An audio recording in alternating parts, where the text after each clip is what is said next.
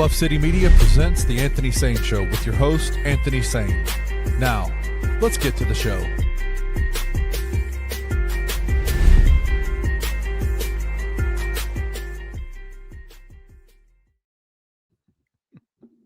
What's going on, everybody? Welcome to the Anthony Sain Show. This is, of course, your host, Anthony Sain, here with my guy, Kenny Summerfield. Man, I got my video running in real time, bro. I ain't jerking it and all this old kind of stuff. I jerked a little bit just then, man, but I ain't slowing down, man. We ain't slowing down. We're going. We're riding good, man. The stream is working. I ain't even on the plugged in, man. I'm straight off the Wi-Fi today, man. I think what's going on, Kenny, I went in my computer, changed some of my settings as far as what happens when the computer starts up.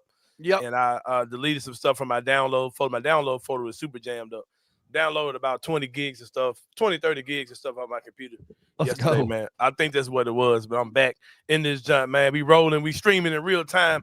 Welcome to the show, man. It is so good to see y'all. We had some haters, man. I think it was those dastardly guys that with the daily grind came in changing the configurations on the show, man. Kenny, some last minute stuff getting us straight, but it's all good, man. Shout out to the people at the daily grind too. Today, I meant to tell you to play that clip if you had it, man, but I forgot to tell you to run it. I want to run the clip of my guy Rusty Whitten talking about the Ty Jerome injury, man. You'll see it in the commercial. Yeah, it'll run in the commercial, so y'all check that out. The Ty Jerome injury, great clip. Good to have an in-house doctor, man, brother, who put some hands on some bodies out here, man, to know about some of these sports injuries we get with the Grizzlies. Basically saying that Ty Jerome, with the 4 weeks, he expects it to be around 6 weeks based on the nature of the injury. I thought the same thing. I thought it would be a situation where I'm not a doctor, of course, but don't pretend to be one. But I think it looks like a situation where you'll get that reevaluation in 4. They'll say he'll be back in 2, and we'll see him out there probably in 6 weeks. That's my guess. Shout out to Rusty Whitten for giving that insight on that and all injuries that the Grizzlies have ever had since he's been on the scene, man. I mean, honestly, at this point, like, I'm shout out to Rusty for going to school to become a physical therapist, but I feel like I could just like chat GPT the shit and get and know his Is that right? Is that wrong? I don't know. I don't know. It feels like all of us that became doctors. We're all doctors. Being Grizzlies fans, yeah. We're all doctors. I know Jessica Benson said that on Twitter. We all have been so educated, man. I remember Mike Conley and Marcus All gave me a lot of insight on how the body worked with some of the injuries those dudes had over time. Yeah. But the guys we got now are taking it to the next level because Scottie Pippen Jr. had an injury I've never heard of, man. Getting bones removed from his toe. I didn't even know there were bones in the toe, bro. Like, but in the last 24 hours, Kenny, that was the worst news that we got. Yeah. The Ty Jerome. Well, that was good news because, when you're talking about a calf injury, that could be an Achilles. That could lead to an Achilles injury. It could have been hurt a lot worse. It could have heard a lot worse news. But we heard that he'll be back. I'm assuming 4 to 6 weeks based on some of the things that Rusty had to say. Yeah. But we did get good news in the last 24 hours as well, Kenny Stubblefield. Ja Morant will be playing on Wednesday. The plan is for him to play. I'm sure that's going to happen. I said this a long time ago when everybody was bugging about guys that were out. I said Ja and Jaren will play opening night, and that's what we're going to see. I was listening to the radio yesterday, and a guy was giving his national guy, right, was giving his thoughts of what the Grizzlies will be this year. And he's like, well, Jaren's out and, Ja's away. And I'm like, bro, like, y'all dudes don't pay attention to nothing. Watch the Anthony Sain Show, man, before y'all make these huge national assumptions about my team, man. But did get some good news that Ja will be playing in game 1. We'll talk more about what that could look like with Ja being out there, Ja and Jaren being out there. Also, breaking news, right as we were in prep for the show today, what happened? DeMichael Cole dropped a cryptic photo on Twitter. I don't know if you saw it or not. I did not. Showed a picture of Zacharias Edey doing some basketball activities, man. Had basketball shoes on, had ankle braces on both legs. What? Was doing a little post work. I said he was out there by himself, working in the post, man. Throwing a couple of little baby hooks out there. So maybe that's a sign that Zach Edey is closer than we thought. And I quoted that joint and said, man, for the love of God, please hurry your ass up. Like, for real.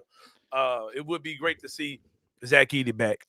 If you have Zach Edey back, Jaren Jackson Jr. back, and Ja Morant back in a relatively short period of time, it changes the entire trajectory of the season, in my opinion. I mean, if you're talking 2 weeks as opposed to a month for Edey, Right. That changes everything. Put it in the caption.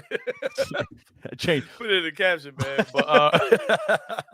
But something that does change everything is the news that we did hear Ja Morant will be back. Yep. I've been saying a lot of things, but what I think this team will be. I've said, before the preseason started, 50 games. I said during the preseason, I think we're gonna win 50 games. And the only thing that's made me halfway feel any different about be saying that is the Ty Jerome injury. That's a major injury. That's a major blow. I don't think that Scottie Pippen Jr. changes the trajectory of your season that much, even though he's a good player. He's good for what we do. But I do feel like that Ty Jerome injury should change the trajectory of what this team could be. It's going to be a rough first month of the season, man, getting through all these things because this team is going to look rough without Zach Edey, Did hear news yesterday. A lot of people were saying that with that Ty Jerome news that after about 3 or 4 games played, that you will get the Grizzlies should get that hardship exception. 3 games where you've got so many guys out at the same time. That's something I think that they will use. I think they will take advantage of that. And the question that has been posed on the internet is should the Grizzlies use that for a guard wing type player or for a big?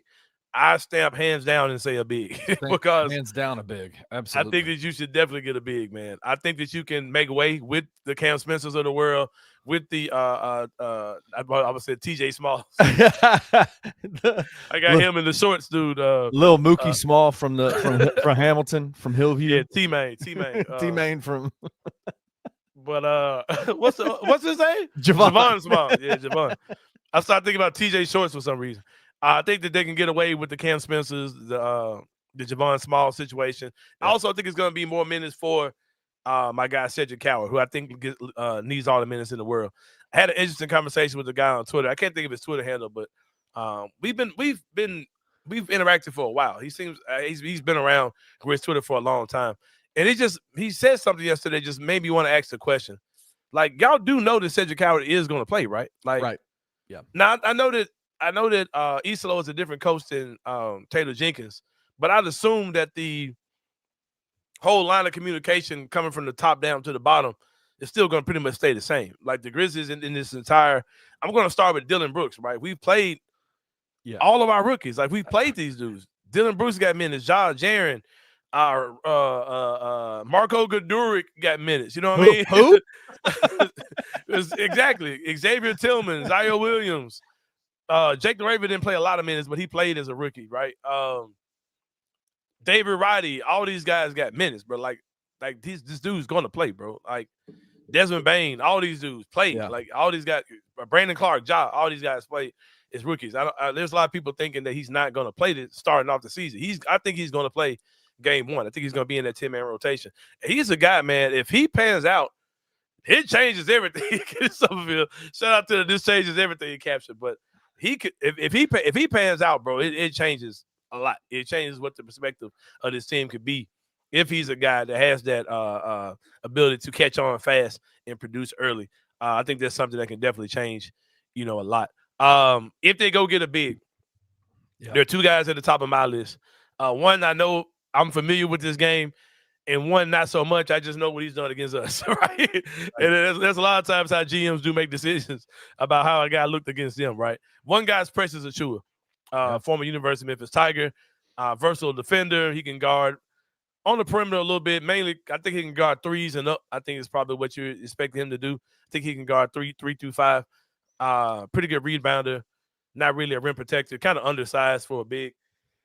Precious is like what 6'8", something like that, maybe 6'8", 6'9". Yeah, kind of in that Brandon Clark kind of mold.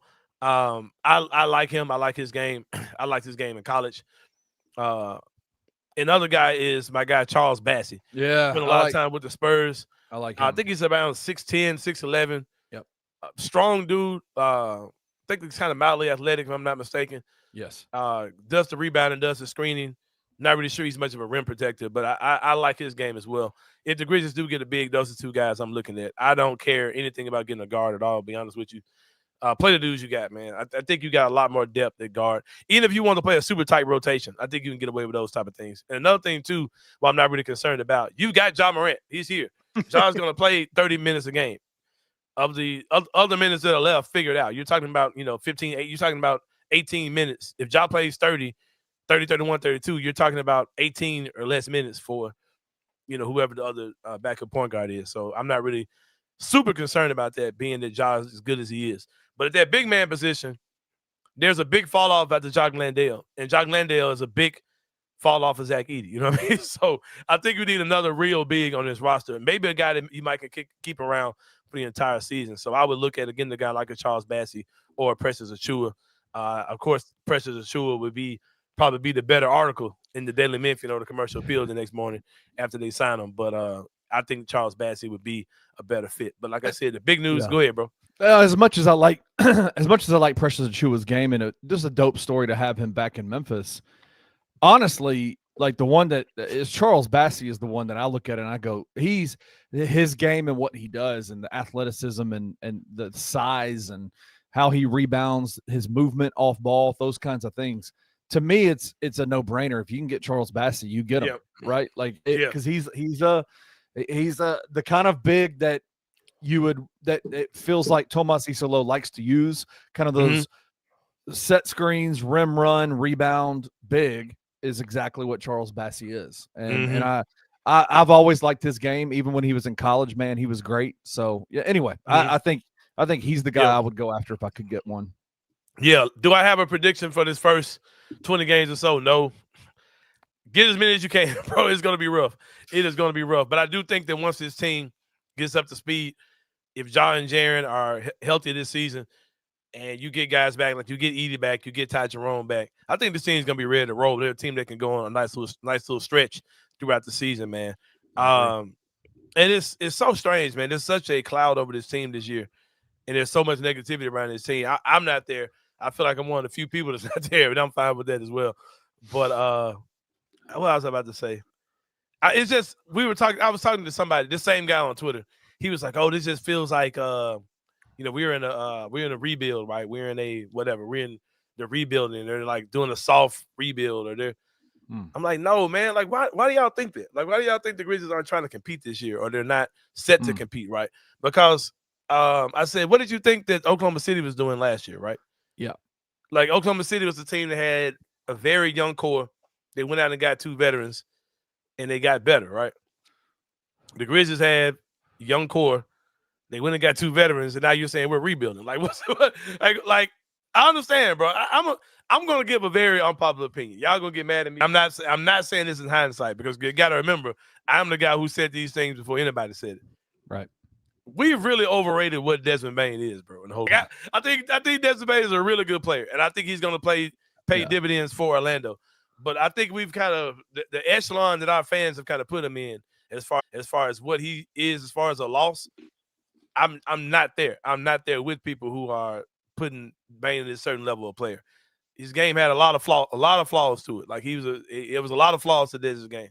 And he was a guy who, and I've heard people say things like, we're gonna miss this, we're gonna miss this, and this and that and that. I'm like, bro, I saw this team be absolutely ass with Desmond Bain and Jaren Jackson Jr. Oh, when that dude came back, they were a lot better, bro. I don't know which way you point. I don't know where I need to point, but that guy, that's the way. Dude over him. But I seen that man come back. This team looked normal, right? Like, let's not forget a few years ago when Ja was out and it was Desmond and Jaren.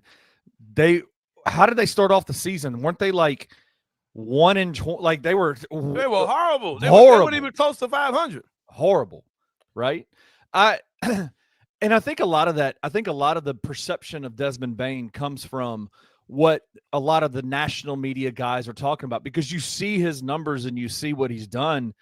And most of the time that's with Ja Morant out there, right? Like that, the effectiveness. Like, Ja Morant is the reason why the Grizzlies were the 2 seed 2 years in a row, right? They're the reason why they won 50 games in multiple years in a row. Like, it wasn't Desmond Bain, but you hear a lot of these national guys talking, and they're like, what are the Grizzlies going to do to replace Desmond Bain? And it's like, go make another one, because that guy was picked in the late first round. Yeah, I think you got him at 11. I think you got him at 11 this year, to be honest. You go get another one. Like, you go make another one, bro, for real. And like I said, I'm not trying to downplay Dez like he sucked. He did not suck. He was a really good player, but he was very replaceable, bro.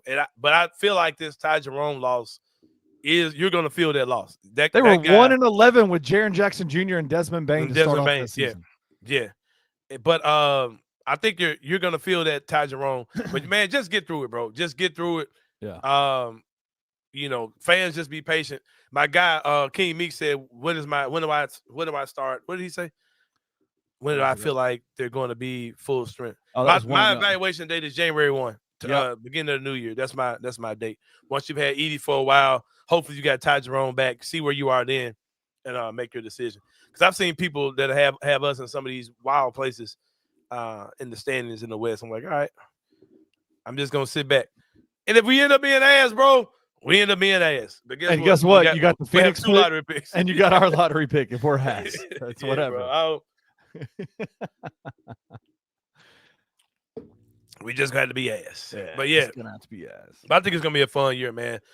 Buckle up. I agree. John makes everyone around him better. I mean, it's just this season rises and falls on what John Jaren can do, and the fact that they're both available to start the season when we didn't know if they would be, to be honest with you, especially with Jaren's big toe injury, his turf toe.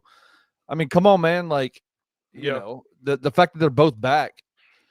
Yes, the Ty Jerome injury is a big deal. And Rusty put it perfectly, and you'll see the clip in a second where he talks about the fact that he's already low, like weight bearing on it, that it's not a long-term injury. It's a good sign. It's a good look. I mean, obviously calf injuries happen.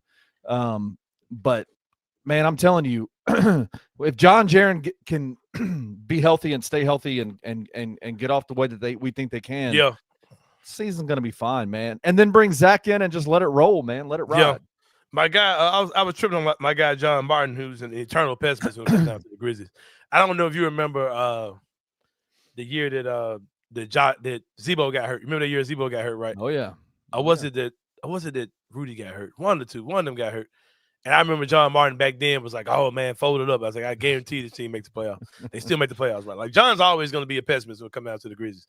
Because that's one of those things where it's like it's easier to aim low and not get disappointed than to aim high and get the disappointment of not doing whatever. So a lot of people, their comfort zone is being pessimistic. And I get that, but that's just not where I am. He was comparing us to Denver, right? And he was like, well, Denver, like, what did we say Denver needed, right? He was like, Denver didn't have enough depth, right? And they had, MVP, and they had a really good guard in can't think of the dude's name. Some people with a fucking weed grinder. Dude with a nervous switch. Got Jamal Murray and Jokic, right? Like, he's like, we said they didn't have enough. He was like, well, that team, they didn't have enough, right? They didn't have enough. And like, this Grizzlies team, like, okay, I'm like, okay, John, but that Denver team that you're saying didn't have enough, they went to the conference finals last year. They almost beat OKC's ass. Like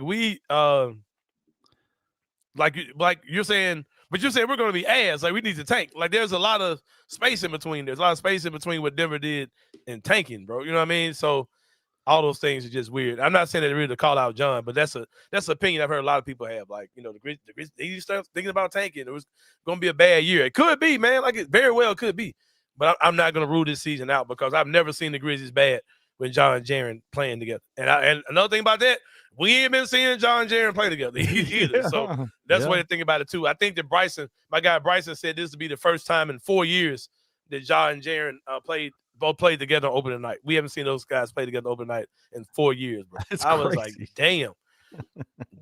Crazy. I know it. Like, I said that a few minutes ago, and in my brain, in my like normal NBA basketball brain, I was like, it sounds wild to say that it's like the Grizzlies have John Jaren ready to go for the season opener. Yeah. But like you said, it's been 4 years since they've had both of them together to start the season.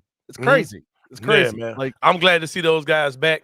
I'm glad to see a positive report for Ty Jerome, something that you feel like you'll probably get him back December, early January or something like that. And it's good to see Zach Edey back on the basketball court. Hopefully that means he's closer to playing than he is far away. And I think the fact that the Grizzlies allowed DeMichael to be there while he was doing that, that wouldn't. You think that was an accident? That wasn't a coincidence, bro. Yeah, because they typically would have said, either get your ass off the court, media come on in. And the fact that DeMichael saw that, it tells me that they didn't mind that he saw that. You know what I mean? So just I guarantee what happened is they said, "Hey, DeMichael, come on over. Hey, come stand right here and turn your camera this way." Hey, look at that! Look at that, buddy! Look at that! Look at that! Look at that 7'5" monster. Yeah, man. I'm excited for I'm excited for the season, man. I'm optimistic. But I when things start getting crazy, y'all know what's coming. Yeah, when there are things that are beyond control. Because here's my thing, man. Like, if we're just not good enough, bro, we just ain't good enough. And I'll take that on the chin. But if it's situations where I feel like things are holding us back, like I did last year with Taylor Jenkins, you'll hear that too. You know what I mean? I'll have some grace for my guy Isolo, even though I think he's going to show some coaching acumen very early. But yeah, man, it is what it is. Buckle up, man. It goes down tomorrow.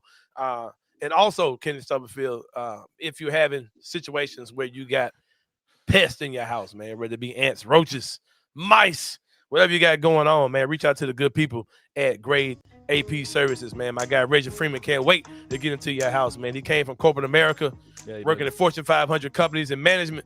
He left that world, man, to be full-time in what he's doing. He's a real honeydew man, too, man. Hey, I ain't gonna lie. If it's something my wife needs done, I'm doing it. I ain't calling Reggie to the house too many times. More than I need to. Yeah, Reggie, teach me how to do this. Right, teach me how to do manly shit. Come over here. Come over here when Julia's gone.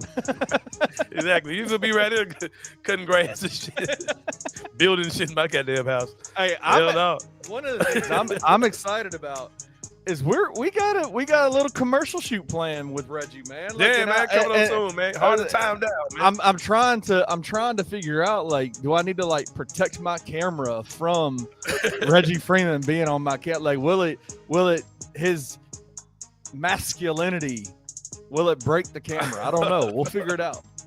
Yeah, man. But if you having problems with the pets, man, give my boy a call, 901-628-4867. Shoot him a text, man, the same number, 901-628-4867. Shoot him an email, gradeapservices@gmail.com. Using the best and best products, man, that are child-friendly, pet-friendly.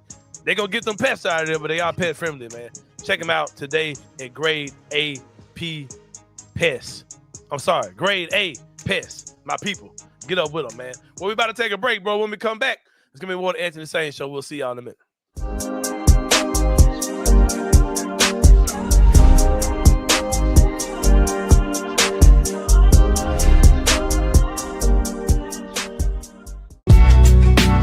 In the heart of the Highland Strip for 27 years, Trilogy Tattoo has helped tell stories for Memphians for generations. Located at 530 South Highland, Richie and his team are waiting to help you tell yours. From tattoos to piercings, your body art should be as unique as you are. Voted a Memphis Flyer top 3 tattoo shop in the city of Memphis since day one. Your story will be safe here at Trilogy Tattoo. Open 7 days a week, Monday through Saturday, 11 to 11, and 3 to 11 on Sundays. They have convenient times waiting on you. Let Trilogy Tattoo help you tell your story.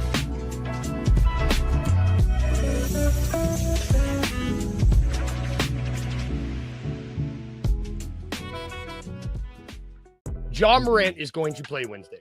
It has been announced. We are ready. We are back. It's time. Ty Jerome will be reevaluated in 4 weeks. High-grade right calf strain. Calf strains, muscle strains are graded. Grade 1, you're out maybe 2 weeks. It's just a slight pull. Grade 2, there's some micro tearing. It's not a full rupture or tear of the muscles, but there is some tearing of the muscle fibers. Grade 3 and above is a complete rupture. You're going to have surgery. An Achilles tear would be an example of like a grade 3 or 4, right? Mm-hmm. So he's doing some weight bearing, which is a good sign, because if it was a rupture, like a grade 3 or 4 complete rupture, then we would not be doing any weight bearing. We'd be heading towards surgery and immobilization for a long time. Best case scenario, probably out maybe 6 or so weeks. We don't know how Ty Jerome heals or responds to injuries. First injury we've had, we've only had him for a minute and he's already hurt. Welcome to Memphis, sir. Tune in to The Daily Grind with your host, Lute Hatmaker, every Monday through Friday at 7:30 a.m. live on the Bluff City Media YouTube channel. Sports are stupid. They're dumb as hell. It doesn't impact. Look at him. He has a smirk on his face. He literally could not care less. Well, his team won. His team won this week. So it doesn't matter to him. No, it's not all doom and gloom. I don't think the season's over. I just don't. No, it's the worst loss in athletic program history, not just football. In all of the University of Memphis' athletics, the worst loss that has ever occurred, given the circumstances. They've had a coach for 4 days, 136. Who that coach has never coached a single football Not game at any level. At any level. As a head coach, any level. At any level. And then you come out in the post game, and the first thing you say is, "I was out coached." What the hell? How is that possible? Tune in to Tigers Untapped with your hosts, Trey Lasley and TJ Willis, every Tuesday at 3 p.m. on the Bluff City Media YouTube channel.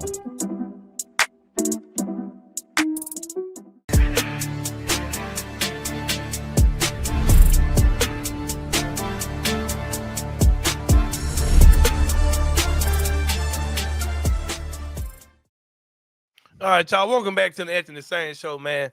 Back for the second. Breaking news. Reggie Freeman's tears can cure cancer, but he's never cried.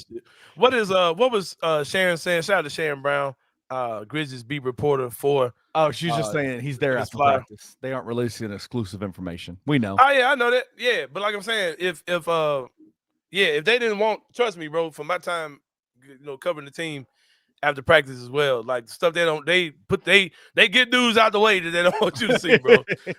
They will do that for sure. And the fact that he was out there, it was intentional for sure. Like none of the reporters got to see Ja Morant playing 5-on-5 this entire preseason. Right, exactly. Which he absolutely was. Yeah, he was. Nobody saw Jaren Jackson Jr.'s ramp up. Playing 5-on-5. He ain't no clips of him playing 5-on-5. You know he was out there. Yeah, for sure, man. Like, that's another thing too. That fans may not understand. When the media goes to practice, they're not actually showing us practice. Practice is over when they let us in. You might see guys do like some shooting drills, or they might be doing the free throw drill, but the actual like practice stuff they're doing, we don't see that at all. Yeah, it's kind of like why I don't go to Memphis football practices, because they let us go for like 10 minutes and it's them stretching. Yeah, exactly. They're done doing all that type of stuff. But yeah, man. Every now and then they'll drop you a little breadcrumb. They'll let you see Zach Edey out there, and they'll let you see Ja shooting corner threes, and warm ups and all that type of stuff. So apparently, I look like Eminem with my hoodie up. So yeah, you do. By the way, Big Reg doesn't wear a watch. He decides what time it is. But he is timely though. Like if he tell you he's gonna be at a certain time, he's gonna be there. Nice. Someone else who is nice job, go ahead. Man. Nice job. That was good. I like that. Someone else who's the same way, man, is our good friends at Trilogy Tattoos. 27 years in the business, man. The big dogs in the tattoo world. Award-winning tattoo artists. Award-winning piercers. Every tattoo on your body has a story, man. You ain't just getting up thinking of some willy-nilly bullshit to put on you, man. Everything that's on your body has a story behind it. Trust that to only the best, man. That's our friends at TrilogyTattoosMemphis.com. My guy, Richard Jarvis, had a vision about 27 years ago. Put a tattoo shop out there near the University of Memphis. It was 24 hours at the time. It ain't 24 hours no more, but you can still get a tattoo pretty late out there at Trilogy Tattoos. Visit the website, TrilogyTattoosMemphis.com. Whether you're a tattooing vet or a novice getting your first one for the first time, man, they'll make you feel at home at Trilogy Tattoos Memphis. Check out Tattoo's Tale. It's coming out. They're dropping content really soon. Oh, yeah, it's going down. Richie Jarvis is putting out a new podcast called Tattoo's Tale. You're going to see some of the content on Bluff City Media's network. Yeah, man, it's going down. Great stuff. So shout out to them. It's going down. Hey, bro, you ever been on Grizzlies Reddit, bro? You will be saying some of the wildest shit, bro. Reddit is a wild spot, man. Oh, yeah, bro. Anything you're looking for is on Reddit. Trust me. Trust me, man. Anything you're looking for, you can find that shit on Reddit. But, yeah, man. Let's get into it, man. We call this thing the three-pointer, where we talk about three things going on in the world of sports. But I'm going to do whatever order you give them to me, man. That's how let's get to it. I'm trying to decide, do we want to go crazy, less crazy, or even less crazy first? Let's start off with the unfortunate story to make you just kind of hang your head like, man, that's very unfortunate. Let's do that one first. Yeah, we'll do that one first. Cam Jones. Local Memphian, man. Cam Jones went to Marquette. Came in what high school he went to. ECS. Definitely was a name we heard a lot in local prep basketball. Probably the one player that Penny let get away. That Penny let get away from Memphis. Yes, for sure. For sure, man. Straight hooping. Got drafted this year by the Indiana Pacers, if I'm not mistaken. If he wasn't drafted, he was signed. I know he's drafted. Yeah, he was drafted by them. Yeah. Very sad situation, unfortunate situation. Was in a police chase, man. They said he was running late to practice, was speeding, if I'm not mistaken, and did not stop. Did not let the police pull him over, man. I don't understand that at all. I don't know. They have super strict rules about being late for practice or something. I don't know if he thought he was just going to beat the police and pull up. I don't know. I'm not going to get into the man's life. It's just an unfortunate situation that he got caught up like that. Yeah. Come on, brother. We gotta do better than that. And being just a Memphis kid, you know, the story definitely stuck out, man. That he got caught up in that type of situation. Hated for him. Yeah. Hope it gets cleared up. Hope he learns from it. Come on, man. Not starting off good. Kind of got to wonder if he decided, like, hey, man, I'm kind of used to driving on Memphis highways, man, and forgot that he's in Indiana. Right, man. So I'm just booking on their ass. Because Memphis police will not chase you, bro. Bye. All right, bro. I'm hollering, y'all. I don't want this ticket. I'm gone. But yeah. Shout out to Cam, man. Hey, honestly, bro, like, he's a great kid, great family. Like, it was an awesome ball player at Marquette. Wish he would have stayed at Memphis, but man, go do your thing in Indiana, man. Yeah. Just pull over. Yeah. Stop. Yeah, I hate it for him, man. I hate it for him. Hope he get that figured out. Hope he get it cleared up, man. Yeah. But he's already apologizing for it. Of course. I just don't understand what he was doing. Like, why would you run from the police, bro? That's kind of crazy, bro. Like, and you ain't got like that star player clout. Like, you can't, like, they have no clue who you are. You know what I mean? More than likely. So that was strange, bro. That was really strange. Maybe he had something on him he wasn't supposed to have, but I don't know. I mean, they would have found it. He was clean. Yeah, I don't understand what that man was on that one. He might have just freaked out, bro, just to know what to do. But shout out to that. But we do have some fan news stuff. The Indiana Pacers and the Oklahoma City Thunder do play tomorrow night. There are games tonight, but the Thunder and the Pacers play tonight. Your NBA World Champions, the Oklahoma City Thunder, their first game will be tomorrow night. This is a different type of bet we're doing. It's a first quarter winner and a match winner. Here are the different odds, the different possibilities. You have the Oklahoma City Thunder winning the first quarter but losing the game to the Pacers. It's at plus 750. Tied at the end of the first quarters and the Pacers win. It's plus 4,500. Pacers win the first quarter and the Thunder winning is at plus 470. And the Pacers winning the first quarter and the game is at plus 450. The most likely outcome is probably going to be that the Thunder win the quarter and they win the game. Yeah, but we just threw something. Which is why it wasn't in the FanDuel Sportsbook, because it's like, nobody's going to go for that one. Right. But yeah, it's a weird bet, but it's interesting because we'll see. What do you think about OKC this year? Are they going to be as good? Man, it's kind of hard to tell, man. They're a young team, so they may be like, let's build a dynasty. They may be like, let's go run it back. But a lot of people do think that those dudes are weirdos and they're going to come out flat. You know what I mean? But they're still super good, man. Their team's still super good. Yeah. But I still kind of got them coming out the West. I think Denver can be as good as them, especially with the additions they made. Just getting, adding, Kam Jones and other role players to their team. But I still got Oklahoma City coming out in the West, but I could definitely see a team like Denver. I'll say this about Oklahoma City. It felt like last year everything fell into place for Oklahoma City. Guys that have never really been great in other places were great for them. Alex Caruso's a fine player, but come on, man. Like, oh yeah, he looked like a world beater out there for the entirety of that year. To me, it's the evolution of Chet Holmgren. What is he going to look like for them this year? Is he going to, coming into his third year? How many games will he play? Like, how many games is he going to play? What kind of has he put on any kind of mass to be able to withstand the physicality of the NBA? Chet Holmgren to me is the guy that if he makes that leap, Oklahoma City's going to be as good or even better this year. Yeah. If he doesn't, I think there's going to be quite a little bit of a fallback. I really do, because I just don't think Cason Wallace and Isaiah Joe and your boy Hartenstein are going to be as good as they were. Like, I don't know. Yeah. I can see that too, but I'm not predicting that, but I can see it. No, I wouldn't predict it either. They're the world champions. Lose cold as shit. It's crazy how nobody's really talking like they're afraid of them though. Like, yeah, it's almost like people acting like they didn't win. Like we just seen them win the championship. and plow through pretty much everybody. But yeah, Like, a lot of people. Very few injury issues. They didn't have much happening at all. I don't know, man. I think they're gonna be good. But if Chet doesn't take that leap, I think Denver could probably get them. I'm gonna be honest with you. I think Memphis could get them, to be honest with you, but we'll see. Hey, we'll see, bro. Ja had them down by 30 in the third game of that. Come on, man. With some guys who wasn't really ready for it, except for him. He did it. I ain't gonna hold you. We ain't got no money. We already gave you the money. All right, number 2. Crazy story right here, man. Stephen A. Smith, sit your ass down. Bro. Stephen A. Smith, sit your monkey ass down, man. For real, though. Play the clip, man. This is the most one-sided beef I have ever seen in my entire life. I really don't think LeBron gives a damn. I don't think he gives a damn at all. I think he pulled up to him face-to-face and told him what he said. All this started, so like the rumors are out there. Like, we kind of got a glimpse of it when LeBron pulled up at him at a game and was like, basically like, hey, bro, stop talking about my son, man. Like as a father, stop talking about my kid. Which is kind of lame because he's a NBA ball player, right? Like, I do think Stephen A. kind of stepped on some toes by saying, as a father, make it stop, make it whatever.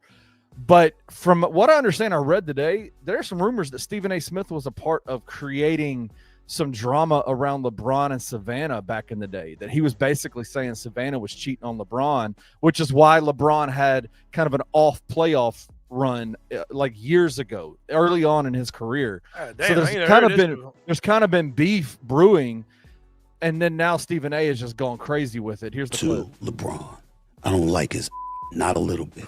You do not understand the links this man would go to. This dates back more than a decade. I believe he's one way publicly, he's another way privately. You know, he might not be interviewed and he might not be quoted, but the things he says and the things he has said to people, it's gotten back to me. The things that he's tried to do, if it were up to him, I wouldn't be where I am today. It's some low. The day that he rolled up on me courtside, it was the day my contract was announced, that I had stayed with ESPN. Go back and look at the camera angles. I arrived there in the first quarter. He rolled up on me in the third quarter. This is 2025. We got technology everywhere. TNT is a nationally televised game. How is it we got one angle and the only angle you see was of him and his face, but you see the back of my peanut head? I know this, but I know a thing or two about camera angles. I determine them half the time. Yep. Do this angle, do this angle, do that angle. This is my business. I ask you straight up, do you think you felt set up in that moment? Damn right I did. You thought he had somebody out there too? Damn right that did. Okay. Damn right. That's how I feel. Okay. But no big deal.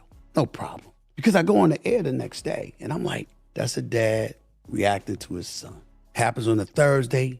That's a Friday.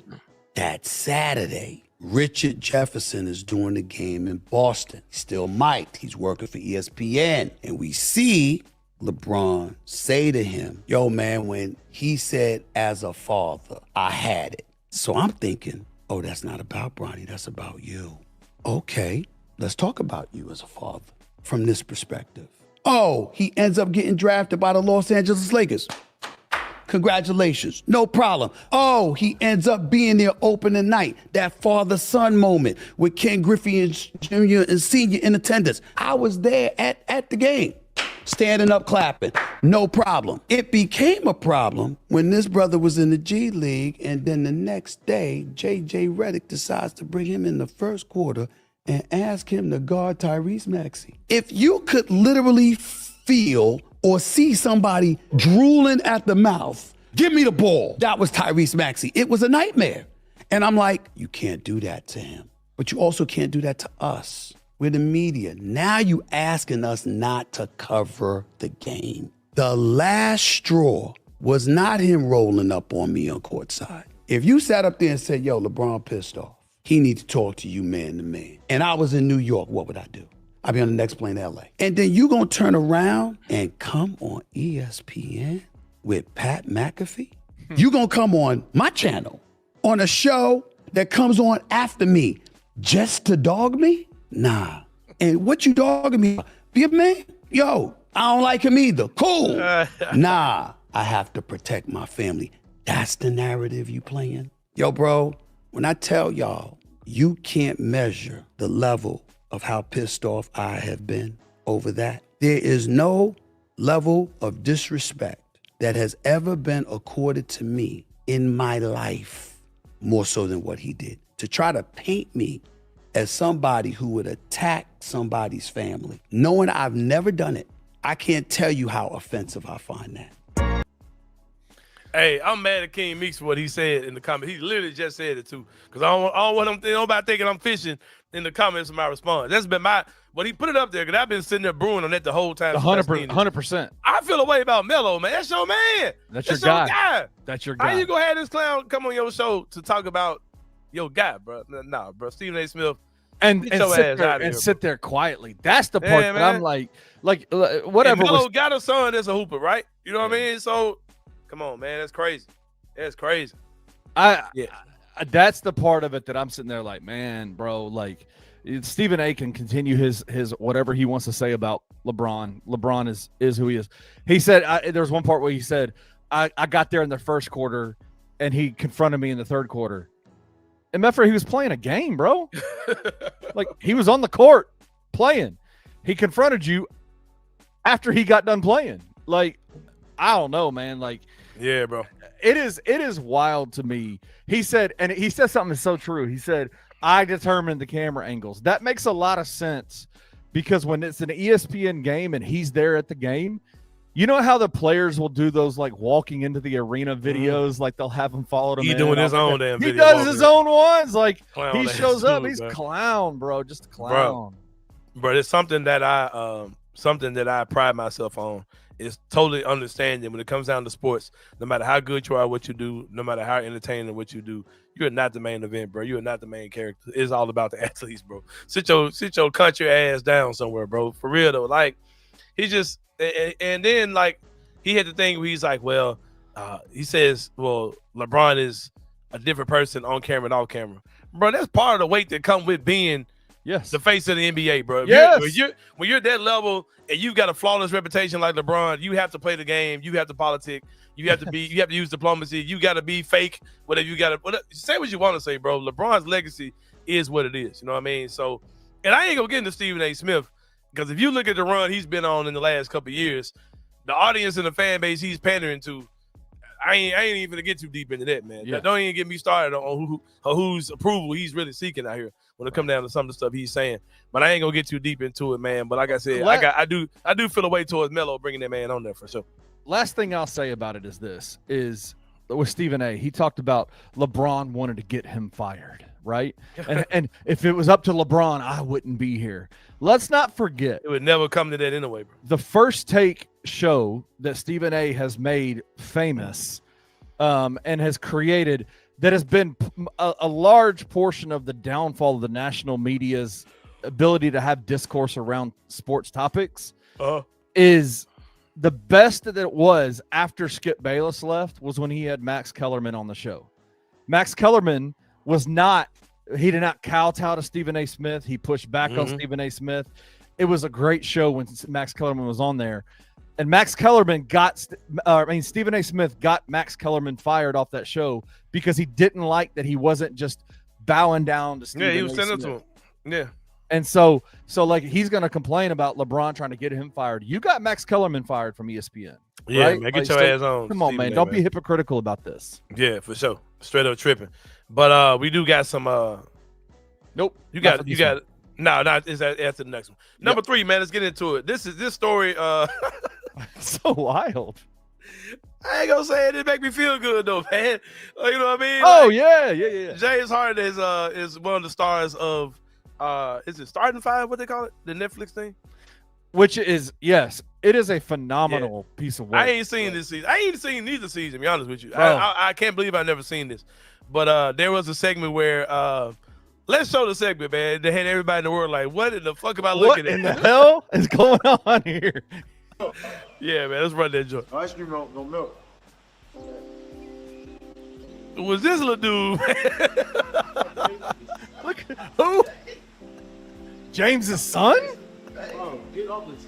Chase means the world. He's I think everybody who have children understand the different love that you have for, someone that you created. It's just, it's a joy. It's, it's your little mini-me. And for me, just not even being selfish, but just something created, something you want to mold and be better than you is a different kind of, love. Like Carlton Banks. That's how I looked at my whole life in school. I only went to private school. My mom was trying to make sure I wasn't like the other people in my family. It worked. Yeah, keep me out the street. He's a good dad. Look just like him too. Since I spoiled him and my other grandkids, James don't want to spoil him. His father was, in and out of his life. My dad not really being around, I think puts a little bit more fire into me in the sense of like want to mold him and be in his life. I would want him to, be with me all the time, live with me and all that. So I kind of like plan my schedule being around Jace as he gets older. Good.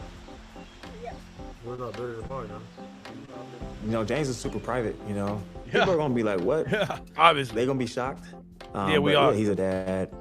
They're gonna be surprised at me, period. They don't understand or they don't know. James has always been there for his son, and he's always been a really good dad to him.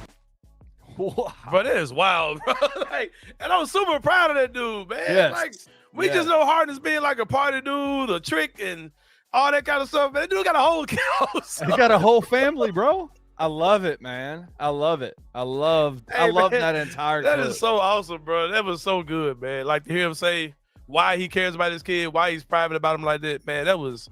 I don't mind it, man. I don't think everybody business anyway, man. So, hey, I'm team secret, man. Shout out. It is kind of wild. I thought it is weird to see James Harden without a beard. He had Harden's whole face up here, man. 100%. I just kept imagining the whole big beard on his head. That's the only thing. That's super dope, man. We also got some money for y'all via FanDuel. Yep. Involving James Harden's team, the Los Angeles Clippers. They play tonight, or is this tomorrow? Tomorrow night. Wednesday tomorrow night. Clippers and the Jazz. The spread is the Clippers are a 9.5 point favorite. Betting odds are -112 on that. -108 against the point spread for the Jazz. Money line -420 for the Clippers, and +330 for the Jazz.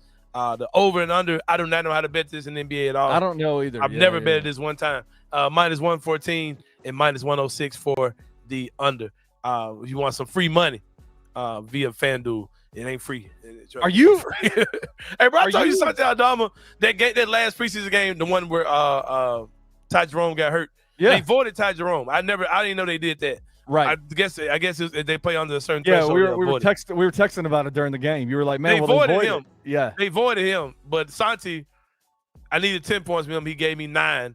and then like FanDuel declared that it was they X'd it out while the game was still going on. I was like, I guess they know Santi's ass. I don't know. I don't know how that went. I don't understand where the Clippers are going to be. I think the Clippers are going to be really good this year if they can stay They could healthy. be. If they can stay healthy, they'll be good. They got a lot of pieces. They're old as shit. They think they said they're the oldest team in NBA history, bro. 35 is the average age, I think, something like That that. is so crazy, bro. Isn't that, I think it's something like that. bro. They're old. They got a lot of old dudes in their team. So we'll see how that whole thing goes down for sure, man. Well, do I have anything else? Anything else in the 3-point? That's it, man. Well, that's it. Well, guess what? The show's over. I ain't got nothing to talk about. Ain't nothing on my mind. So we'll see y'all, bro. For Kenny Summerfield, this is Anthony Sain. We'll see y'all tomorrow, man, and we out. Thank you for listening to The Anthony Sain Show. If you enjoyed this episode, leave a rating and a review wherever you download your podcasts. Also, like and subscribe to the Bluff City Media YouTube page. We'll see you back here next time.